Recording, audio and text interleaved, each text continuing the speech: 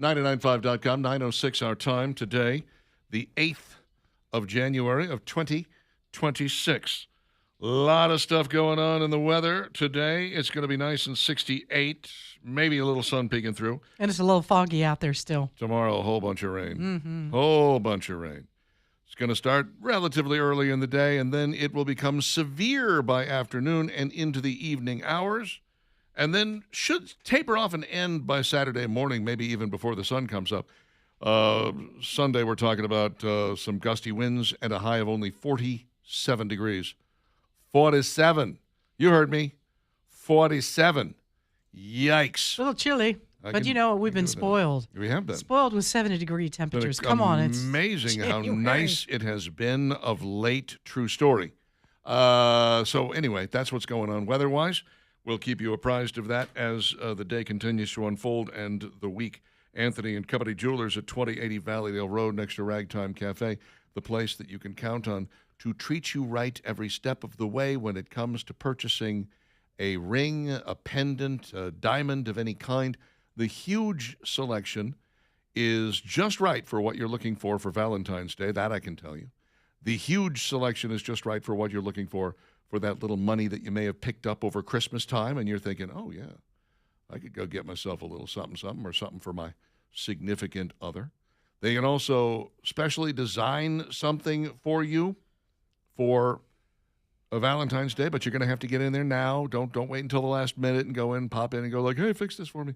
They'll change stones around for you, move it from one ring to another, or change out what you have in the ring that you like for something that you like even better. They do this kind of stuff all the time. They also do all kinds of in-house repairs, all of them done in-house, very important to know. I love these guys. High-end watches, male jewelry, you name it. They do it all at Anthony and Company Jewelers, 2080 Valleydale Road, next to Ragtime Cafe, online at anthonycojewelers.com.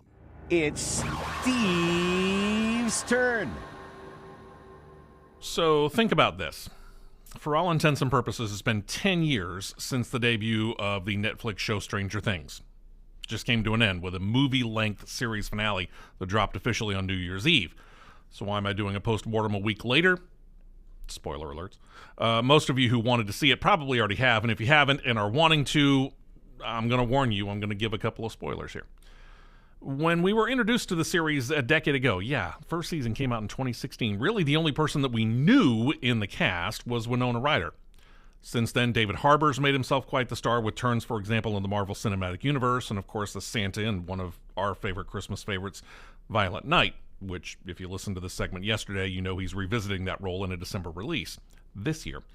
We also now know the name Millie Bobby Brown. A whole lot of the kids who sat around the D&D table at the very beginning are finding other work as actors too. Finn Wolfhard, Noah Schnapp, who was Will. Over time, they've become kind of the centers of the series. The series created by the Duffer Brothers, Matt and Ross, they were able to create quite the imaginative world, if you think about it. They began in a little fictional town called Hawkins, Indiana. From there, created something called the Upside Down and made it a big mystery as to what exactly it was or is and how the world was going to survive it. Think about it, it was set back in the 1980s. Some neat little Easter eggs have come about over time, most notably within the final couple of episodes. David Harbour's character, the sheriff of the small town of Hawkins, was wearing a hat from the J.A. Owen Ace hardware store in Heflin, Alabama. Turns out that was a real store. It was a centerpiece of the town until it was destroyed by fire in 1988. The hat is actually based upon one that Owen made and gave out to as actual promotional items for about 15 to 20 years in the 70s and early 80s. But as most long-running series with a mystery to solve have found, sooner or later you got to solve the mystery. How do you go about that and satisfy the long-term viewer? I would say ask the people of Lost, but they lost their way, so it's not really a good place to turn. Seems the Duffer Brothers suffered some of the same fate. As the series built up to the series finale, the final moments of the second to last episode, Will got the entire group together, his mother, everybody really, had this big emotional news thing, and if you had been keeping up with the show, you might have thought he had figured out a strategy to take out the main victim, or main villain, Vecna. Yeah, it turns out the Duffer Brothers took the cheap and easy way out. Spoiler alert. Will reveals he's gay.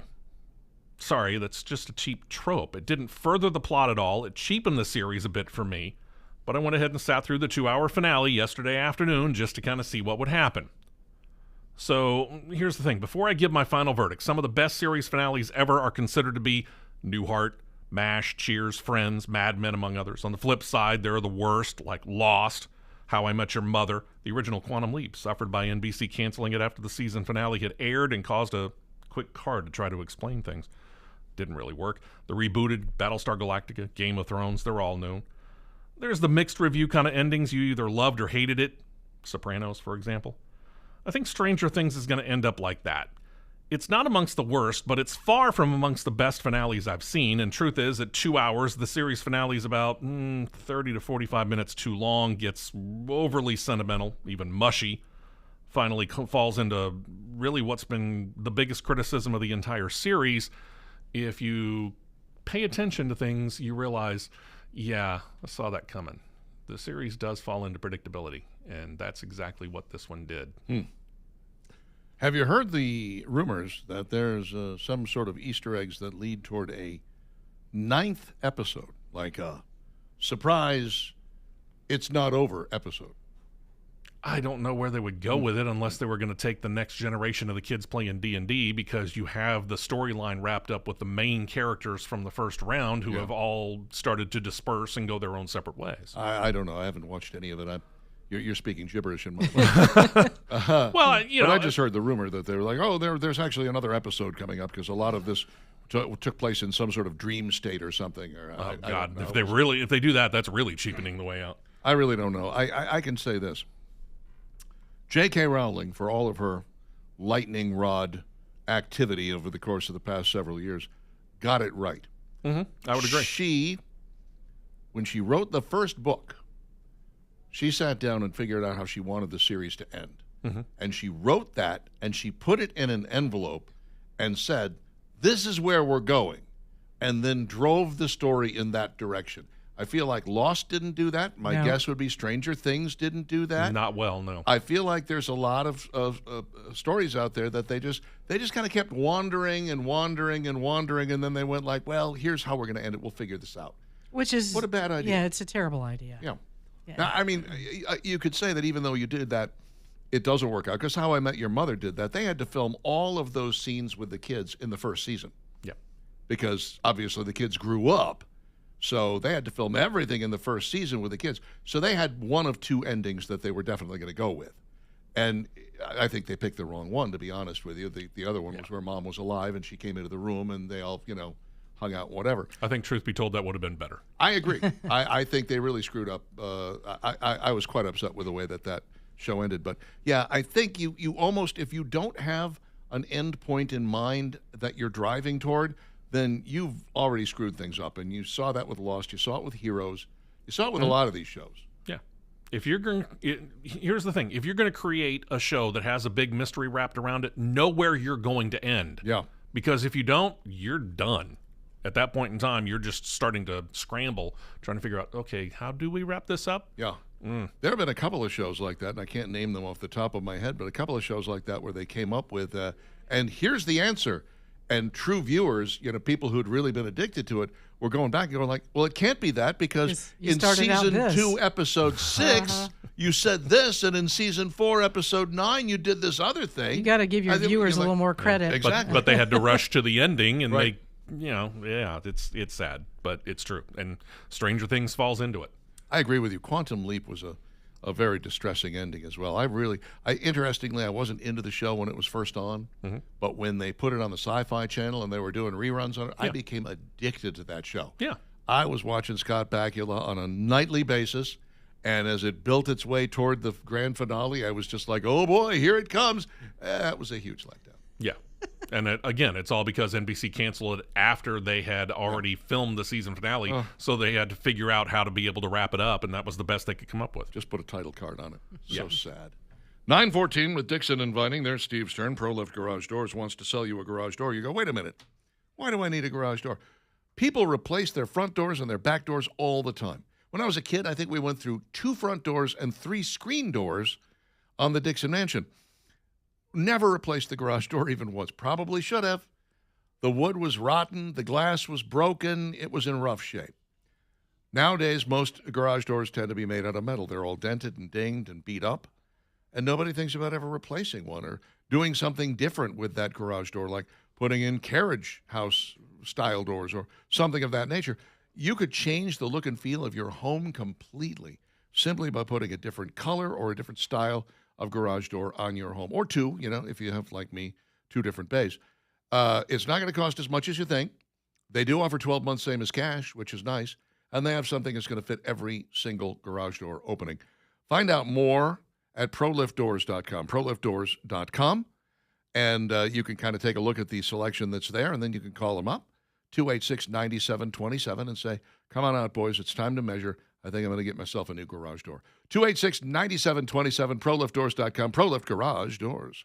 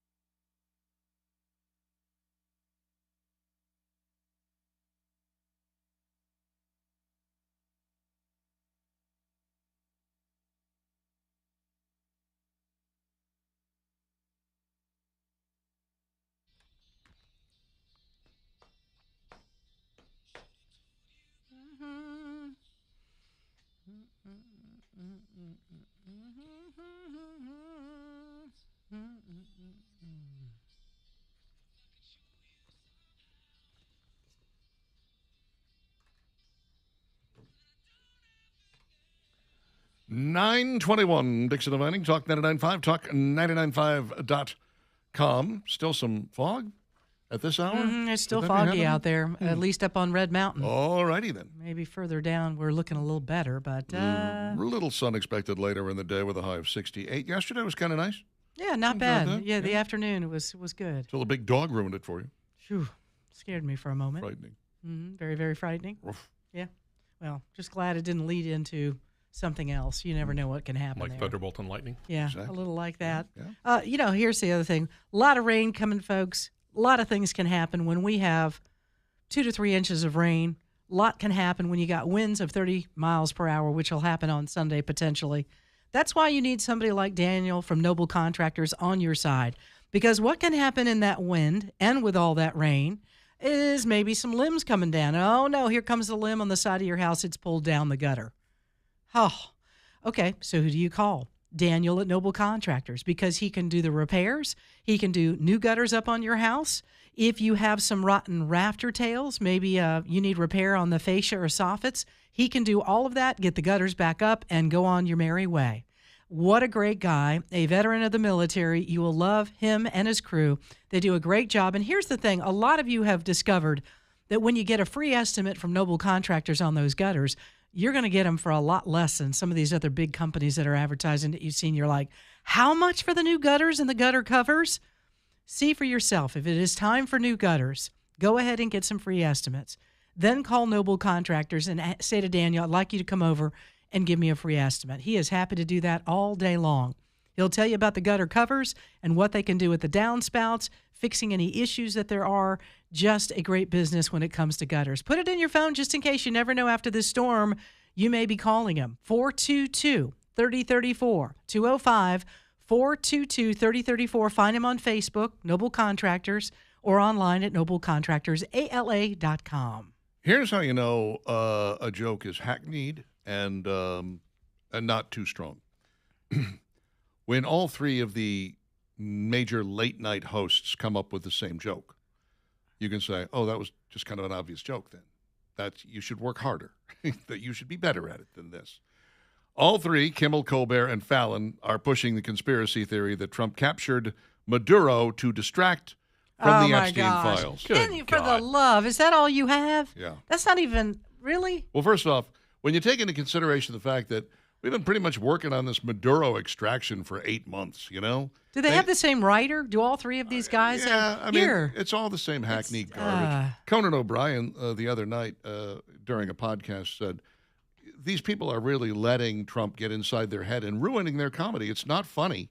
This whole, if you're so focused on Trump and on picking on Trump and trying to tear down Trump or whatever, you're not really creating great new comedy. And somebody, and I can't remember who it was, but one great comic said, what we are as comedians is we're an art form, a kind of art form. I mean, in the same way that the funny papers, the comics, are an art form. A graphic novel is an art form, okay? Cooking is an art form if you do it right. So he's saying, we're kind of an art form. Think about this. Could you imagine if going back to the past masters, you had somebody who every picture and every painting that they made was about what a terrible king Louis XIV was? I mean, no one would be looking at their work right now. They'd be like, that's insane. That's ridiculous. I agree with those who say we need to try harder. We need to do better. We need to come up with something a little bit more impressive than this. And these guys are just a bunch of hacks. Do you think they could ever do like an opening monologue without a joke about Donald Trump? Is that even possible, or is the focus so great that you've got to do 2 or 3 things that are anti-Trump? I think they do a lot of monologues without a joke about Donald Trump. They talk about Donald Trump, but none of it's funny. That's part of the problem. It's not funny at all. not. I was just getting old. Well, Like when I you said- think about it, for the 4 years of Joe Biden, how many times did they have jokes that were at the expense of Donald Trump? They had a lot of jokes at the expense of Donald Trump and Exactly. none at the expense of Joe Biden, which is funny because he was So very, bad. very pokeable, funnable. Very at. Which just easy. shows that Donald Trump lives rent-free in the heads of these people. Yeah, absolutely. And again, the idea that once again, they've released, half the Epstein files. They're working on getting the rest of them out. There's a lot of redacting that has to be done. You have to remove every victim's name and anything that might even suggest or point toward a victim. You got to get a lot of that stuff out of there. Okay. And again, this idea that somehow Donald Trump is rampant in the Epstein files is a myth that was started by the left. You'll find Bill Clinton's name in the Epstein files 5 times more than you will Donald Trump's. Maybe even more than that. Yeah, most likely. And more importantly, if Donald Trump was mentioned in the Epstein files in a negative way, that information would have come out sometime between 2020 and 2024. I guarantee it. And it didn't. That information would have been out there long ago. And anybody who's not thinking along those lines just isn't thinking, okay? Lucasfilm is looking at making a change, possibly getting rid of Kathleen Kennedy. She's gone. Oh, she It's is? official. Oh. They just bumped her. Yep. Wow. She's out. That was quick. Dave Filoni, I think is the guy's name. He's taken over in her role. Yeah, they got a couple of people, Filoni and Brennan. I guess Brennan is running one part of it and Filoni's running the other. She was terrible. For one thing, she kind of came in and was like, we're going to tell more female stories. Okay, right off the bat, I hate you. Well, and she also did the thing of, here, let's go ahead and create all of this stuff and shove it at you. Yeah. And what made the original Star Wars kind of fun was the anticipation of waiting 2 or 3 years between movies. Yep. Yeah, she thought that streaming was the future and that they were just going to, begin piling this stuff in and throwing it into the pipeline and people were going to drink from that fire hose. And it didn't work. And then she ended up pushing a lot of stuff back and back and back and back and back. The new Rey film never got done. Still waiting on that. I think there's going to a more judicious use of that universe is probably a good idea, and maybe Filoni will make that happen. Ricky Gervais has the right attitude when it comes to comedy. He refuses to apologize for his viral jokes about transgender people. He says, I think I'm right. I think I'm right in that I'm not going to apologize. I don't ever really want to be the kind of guy who's like, I feel terrible that I said that some years ago. He said, funny is funny. Picking on people is funny. All comedy is at somebody's expense. That's right. Every single person. It's just the way it is. Mm-hmm. Male, female. Yeah. Whatever political spectrum you're on. And let's face it, there's a lot to pick on when it comes to transgenderism. There's a lot there that you can have fun. Oh, those people are mentally unstable. Yes, they are. That's our point. Kind of, yeah. That's our point. Gervais at one point said, it's important that we stop saying that joke is offensive. It's a joke. The word is joke. It's time you start saying, I'm offended by that joke. The joke itself is not offensive. You're the one who's offended by it. And by the way, you can always turn it off, go somewhere else, don't watch this. There's a lot of different options available to you. But comedy is comedy, words are words, and this idea that something is offensive on its face, no, that's like saying nuclear is bad. No, it's not. Sometimes it's bad, sometimes it's good, depends on what you're using it for, right? So the joke isn't offensive. Yeah, just You're don't watch him or don't, go to his shows and don't pay any attention to him if you're offended by the jokes. I love the guy. I thought that Steve would talk about this. NASCAR Commissioner Steve Phelps resigning. I did. It's in a Crossed Flags podcast that's available right now on Real Talk 99.5 TV on YouTube. Diggity dog, you should go check that out. Yeah. He referred to Richard Childress as a stupid redneck. Yeah, who needed to be taken out back and flogged if you read the rest of that. Yeah. Got a little And here's deeper. the thing. Richard Childress, he is a pillar of NASCAR. He helped build it to what it is now. Oopsie. You don't go around saying that. No. And, Bad call. Steve Phelps is, or was, for all intents and purposes, the face of NASCAR because Jim France, the president and CEO and, son of the founder, and Lisa France Kennedy, the granddaughter of Big Bill France, they're not going to these tracks. It was Steve Phelps that was going out to him. He was never going to live this down. If the fans got a hold of him, they weren't going to let him get away with it. It's a bad, bad quote. Last story here. Nick Reiner has had his arraignment delayed for the accusation of murdering his parents. His high-profile, very expensive attorney withdrew from the case. Yep, and he wouldn't give the reason why. He's not going to. I'm going to take a stab at it. He saw the evidence. Uh-huh.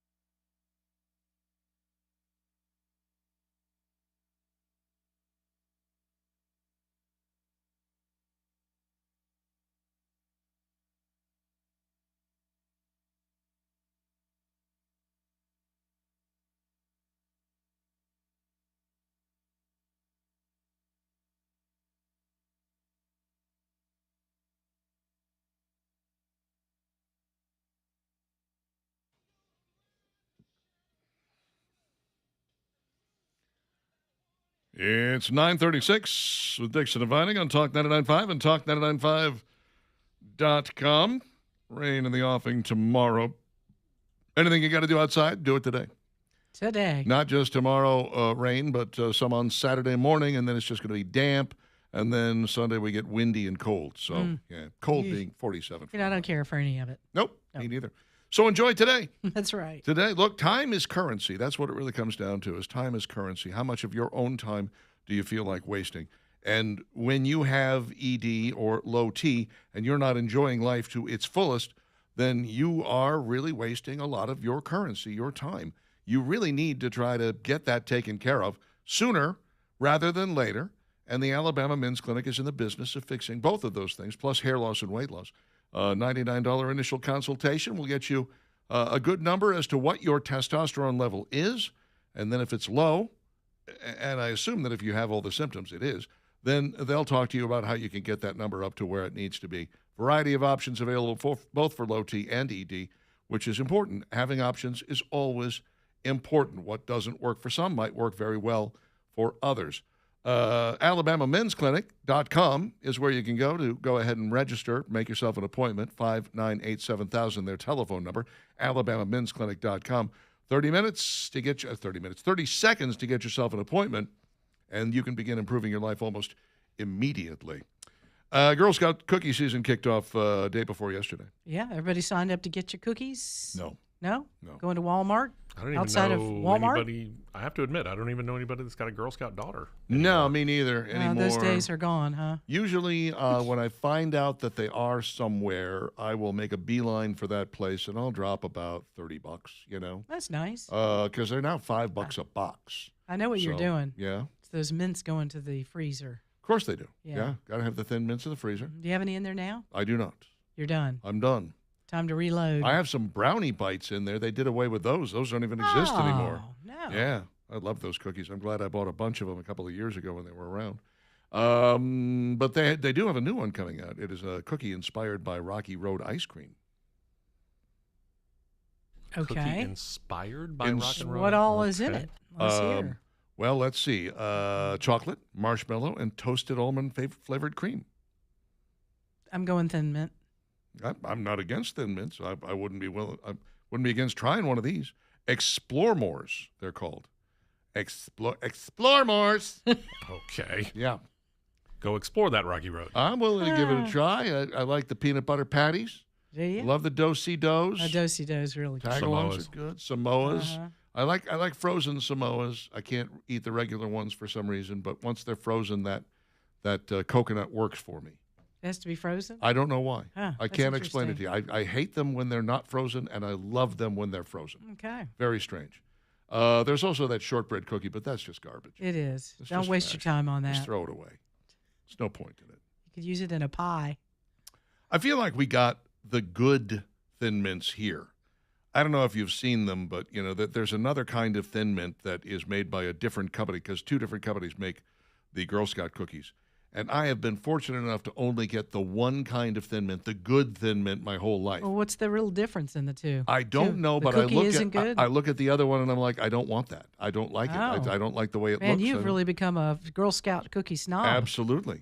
I was a Girl Scout cookie dad Yeah. for a couple of years. God bless you. Yeah. Didn't you tell me one year you had like an entire room of the house Oh. with boxes of cookies? Floor It's like, to man, ceiling. That's a good dad right there. Floor to ceiling. It was absolutely. And then you headed to my office numerous times. Don't you want another box? Are you sure? No, Richard. I don't You want any wouldn't more like cookies. To buy some more? I helped out. Just trying to get rid of them.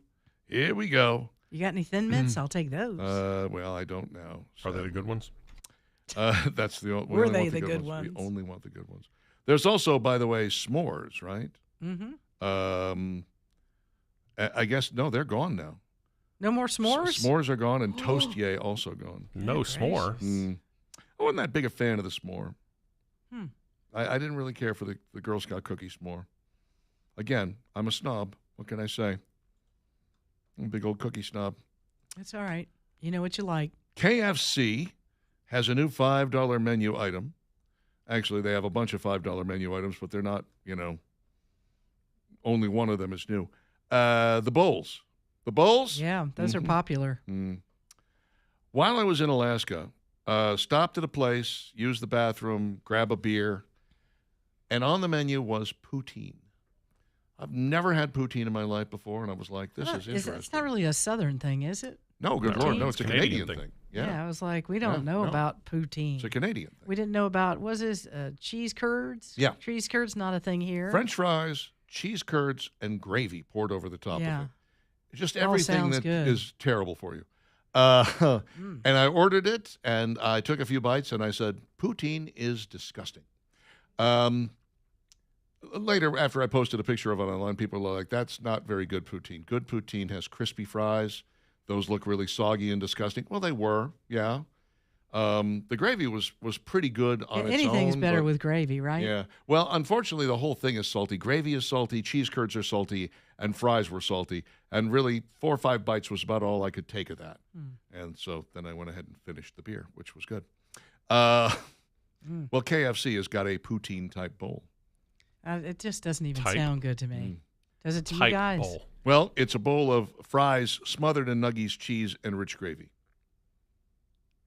The mashed potato gravy that they have? I Is assume that so, what they're yes. talking about? Yeah, I would I think like so. their mashed potato gravy. Why not? Be willing to try it. Bring it on. I kind of It's like available now. it. Yeah. They got 5 bowls at $5 each. That's a pretty good deal too, You go by the get way. yourself a. But how big is the bowl? It's itty bitty I- tiny it's, little I- cup, a little bowl. Do I look like Mr. KFC to you? Oh, I no, have we no need idea. we need details. How many ounces in that bowl? The other bowls are mac and cheese bowl, home-style macaroni and cheese topped with crispy nuggets and 3 cheeses. Spicy mac and cheese bowl, same thing except spicy. Famous bowl, mashed potatoes topped with corn, nuggets, brown gravy, and 3 cheese blends. And spicy famous bowl, mashed potatoes topped with nuggets, corn, brown gravy, 3 cheese blend, and Nashville hot sauce. And Where's then the like poutine bowl. the famous bowl? It doesn't. There's no chicken in it. It's just mashed Yeah, potato? nuggets, chicken nuggets. Chicken That's what nuggets? the nuggets are. Okay. And when I say nuggets, I'm not talking gold. All right. They're not putting gold in there. Hmm. Actual chicky nugs. Nugs. Mm-hmm. Okay. Hershey's has a new candy that is already poised to take off in 2026. It is called the Shackalicious Slam. Oh man, Shaq making more money. Mm-hmm. Wow. What will he not put his name on? Right. Shackalicious Mhm. slams. The powerhouse collab between Shaq and Hershey has resulted in 2 huge candy launches: Shackalicious XL gummies Oh. in original and sour varieties, as well as Shackalicious XL gummies in sneaker shapes. Now the Shackalicious line is expanding with a candy we never saw coming. The Shackalicious Slam features 2 distinctive candies in each bag: crunchy, candy-coated balls in watermelon, strawberry, and orange flavors, and chewy, sour mango rings. Designed to mimic a basketball and a hoop, Ah, cute. the interactive multi-textural candy is unlike anything You know, we've seen if before. we can give people an image, you know what just picture a raspberry. Yeah. And then there's a red one, there's a green one, and there's an orange one. Mm-hmm. And then there's the hoop, Yeah, which is the mango. right. That's what we're looking at. The mango is chewy, and the balls are sort of crunchy and chewy. Mm-hmm.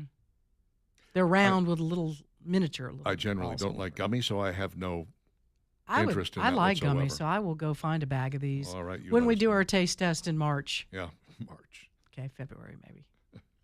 We can move it up. Costco Mexico has got a food court treat that somehow is not making its way into the United States, and it's so unfair. What's up with that? Ah, It's a good question. How about this? Multiple sightings of a Lotus Biscoff-topped sundae what? Whoa. appearing at select Costco food court locations. This features Ah. Costco's classic vanilla soft serve layered with Biscoff cookie butter sauce, You're killing me. crushed You're Biscoff killing me. biscuit pieces, Oh, and additional cookie crumbles on top. oh my goodness. Jonathan, Mr. Costco, Jonathan, you all need to get on this Biscoff cookie butter sauce on your ice cream at Costco. Oh my I just goodness. want to say that if some illegal immigrant was able to smuggle one of these across the border, that I would would- be one guy I'd let you he in. could stay. He could stay. You could. Why are they not doing this here? I don't know. It looks really good. Please though, don't doesn't tell it? me that you're just trying it and you're never going to bring it here. That thing will fly off the shelves. Not only does it look good, it looks huge. Mm-hmm. unless that's like an infant holding it. That's a gigantic cup. Oh my God, I'd never finished that. We need this in our life. You and I could Does that split not one of look those. absolutely fabulous? Yes, it does. You know, that might be, if Costco here in the Birmingham area in Hoover would get that, by the time we get through with the diet, that might be the first thing I have. Jonathan has checked in. Oh, what's he say? That decision is above my pay grade. Oh, Jonathan, help us. Put a good word in. We need that. Speaking of bowls, Bojangles is headed into the new year with satisfying comfort meals by the bowl full. Its new Bowls All Day offering. Bojangles inviting guests to enjoy all their menu favorites mixed into one bowl. It is the very definition of giving up. The best part is they're available for breakfast, lunch, or dinner whenever hunger strikes. Starting today and for a limited time only, Bojangles customers can dig into 2 bowls, the all-new breakfast bowl as well as the fan-favorite chicken rice bowl, which is now backed by popular demand. Breakfast bowl features country-style sausage, crispy bow rounds, fluffy eggs, southern sausage gravy, and Monterey Jack cheese. First introduced in 24, the chicken rice bowl combines Bojangles dirty rice, slow-cooked Cajun pinto beans, and shredded Monterey Jack and cheddar cheeses. It all looks delicious. It comes topped with your choice of chicken and Texas Pete hot sauce. Oh, my goodness. That on the looks really side. good, too. Maybe I'll have this for lunch and then go to Costco when they get the Biscoff and have that for dessert. You are really hungry. I am aren't you? starving. You wouldn't think that we're only on day 4 of the diet. Oh, here. it feels like I've been on it 100 years. This is funny. I'm not having these problems. No, you're not having No. any issues. It's No. this, looking at these pictures. Oh. Pictures don't bother you. See, it doesn't. That's exactly Thin right. mints and bowls and No. gravy and Biscoff. Fine with all of that. Your imagination is too good. Guess so. 9:48 with Dixon and Vining. The Dixon and Vining question of the day coming your way next.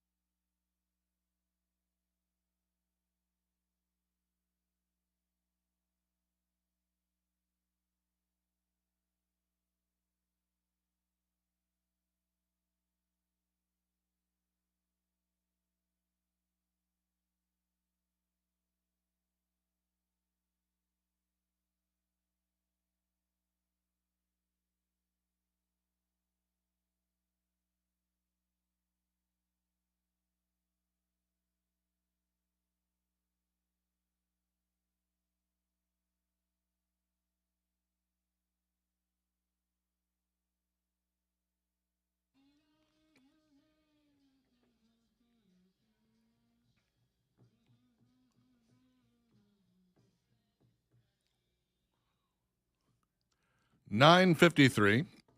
Talk 99.5, talk995.com. You've got Dixon, you got Vining, you got Skippy McLean coming up next. Skippy! Hey now. Yeah, a little The Line with Andrew Skippy McLean.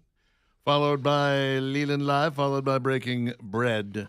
Make sure you're here for it, all 13 hours of live and local programming every single weekday.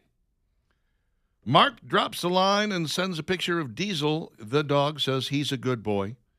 Don't ever bother to ask whether or not I want to see a picture of your dog. The answer is always yes. Always. Yeah, we I love always dogs. want to see a picture of your dog. Brad says The Big Bang Theory had a perfect ending. It was good. It was Perfect good, is- yeah. Perfect as a push. It wasn't terribly funny.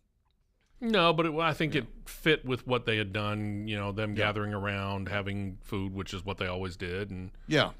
So, Well, yeah. I was thinking more about the trip to Oslo to pick up the Nobel Peace Prize or the Science Prize, the prize for science. Yeah. Basically the entire premise of the show was built around Sheldon being awkward and almost an alien, And then at the end, for him to suddenly become this like decent mensch was like, oh, that was a sudden. Didn't see that one That was a coming. fast twist, wasn't it? I don't know. I'm sure he didn't change completely, by the way. Tanya says, talking about Castle. The ending of Castle was pretty cheesy. Your wife I don't liked know. Castle? My wife loves Castle. She'll still go back and watch it on streaming, and like when she's doing other stuff, she's got it in the background. She can quote it to you, Oh, wow, but that's she agrees serious. that the the ending was a bit cheesy. Never seen it. Maybe I should check it out. Paul says, Richard, it's no leap of logic to conclude that Dems had as much to lose as Republicans if they released the Epstein files. Not saying they indict Trump, but perhaps Trump is protecting important friends, donors, advisors, etc. You think there were no powerful Dems on the list that prevented them from disclosing the files? No, I'm pretty sure there were. But I also think that if there was more about Trump, which seems to be the prevailing attitude among Democrats, oh, he's all over the place, and he's a pedophile, and he's this, and he's that, and the other thing. I don't think the files show that at all. I think you could probably look through those files until your eyes go blind, and I don't think you're going to find any evidence of Donald Trump being a pedophile, because if there was evidence, it would be in places other than the Epstein files. Yeah, and that's why we feel like it's much more damning for the Democrats than it is for the Republicans if we're going to break this down and make it political. We already knew that Prince Andrew was a bit of a cad. Oh, yeah, they've and that he taken care liked of him. the young girls. They've taken care of him. We knew over that there. before the Epstein files was ever a thing. We knew Bill Clinton was a randy boy well before anybody heard of the Epstein files, okay? So one has to say, if you think there's going to be some evidence of that nature, I think we would have already seen. Oh, we saw it. No, we really didn't. Casey getting a little carried away with all the drawings now. You got a nice picture of Steve West here. He's got Yeah. Steve. Did a good job with He's got something for Jeff's joke of the day. We won't repeat what that is. Thank A you for that. Big pile of something there. Appreciate that. Casey. That's how he's communicating with us now in drawings. He's practicing. I like Is it. he? Yeah, he's practicing his artwork. Actually, the one he did of you, Steve, is pretty good. It's not bad. Rogers says, I've been out of it. What's the boy's name after you guys, and does he still have that horrendous theme song? Does it mean Skippy? Skippy McLean, yeah. David says, I miss the s'mores candy bar. Okay. Tony, my daughter and granddaughter are Girl Scouts. Oh, How could they both be Girl Scouts? That doesn't make sense to me. JD from Redline Rifle says, both of my girls are in Girl Scouts. I got your fix. Excellent. listen at that. Woohoo! So Thin Mint's on the way. Very, very good. Jonathan says that, the whole Biscoff cookie butter thing is above his pay grade. If only they would Jonathan, listen. put in a good word. Yes, tell him that you've got two loudmouths in Birmingham that really want that at the Hoover store. Come on, bring it, Please, baby. Bring for the it. love that all is good. Come on. And now, this. Dixon and Vining's question of the day. It's a question I like to ask every once in a while. Always get different answers. I find it fascinating. What's the best American band of all time? People start talking about the best rock and roll bands, and almost always the top 3 or 4 are British. You got the Beatles, you got the Stones, you got the Who, you got Led Zeppelin. So what's the best American band of all time, Steve West? As much as I would love to answer my pat answer on this, which would be Journey, Yeah. I'm actually going to go Van Halen. Okay. Yeah, I think Van Halen's an amazing band. I got a late start, comparatively speaking, but okay. What about you, Valerie? Eagles. Eagles. I'm going a lot Eagles. A lot of people love yeah, the Eagles. Considered that. I'm a bit torn here because it's like only half American and half Canadian. I'll do it anyways. Go. The band. The band. The Band. The band. Love The Band. So would that make them your favorite North American North band? American band, I guess, yes. But you couldn't call them a Canadian band, and you couldn't call them an American band, so I'm going to lean toward the American side of things. A lot of great answers online. Steely Dan, Little Feat, Beach Boys, predictable, of course. The Band, very good. Osmond Brothers. Jimmy says Chicago. Oh, yeah, great. I like that answer, too. Leonard Skinner. I could go with that. Roger Casey and the Sunshine Band. Van Halen and Steely Dan. Johnny with Mr. Big. I like that. No. Chris says Styx. Grand Funk Railroad. They're an American band. Let's see. Europe. No, kidding. Probably Aerosmith. Aerosmith is on my list as well. Allman Brothers, Marshall Tucker, Earth, Wind and Fire, and the Beastie Boys. Wow. James says, Is that like your top 5? does the Wrecking Crew count? No, the Wrecking Crew does not count. Glenn Miller, Dorsey Brothers, Prince and the Revolution. It's my sister coming up with that one. The Darlings, love it. Allman Brothers and Aerosmith, AC/DC. They're Australian, John. Yeah, sorry, missed on that one. Yeah. Oops. Eagles hands down. CCR, Strong, Cheap Trick, Evanescence, Kiss. You want live, you got it. It's Kill. Shinedown. A lot of Van Halen. If a preponderance of Van Halen and the Eagles, I would say a tie between those two. That's it for us. We're out of here. Back tomorrow, dark and early, 6 a.m. Talk at you then. Dixon Divining. Bye now.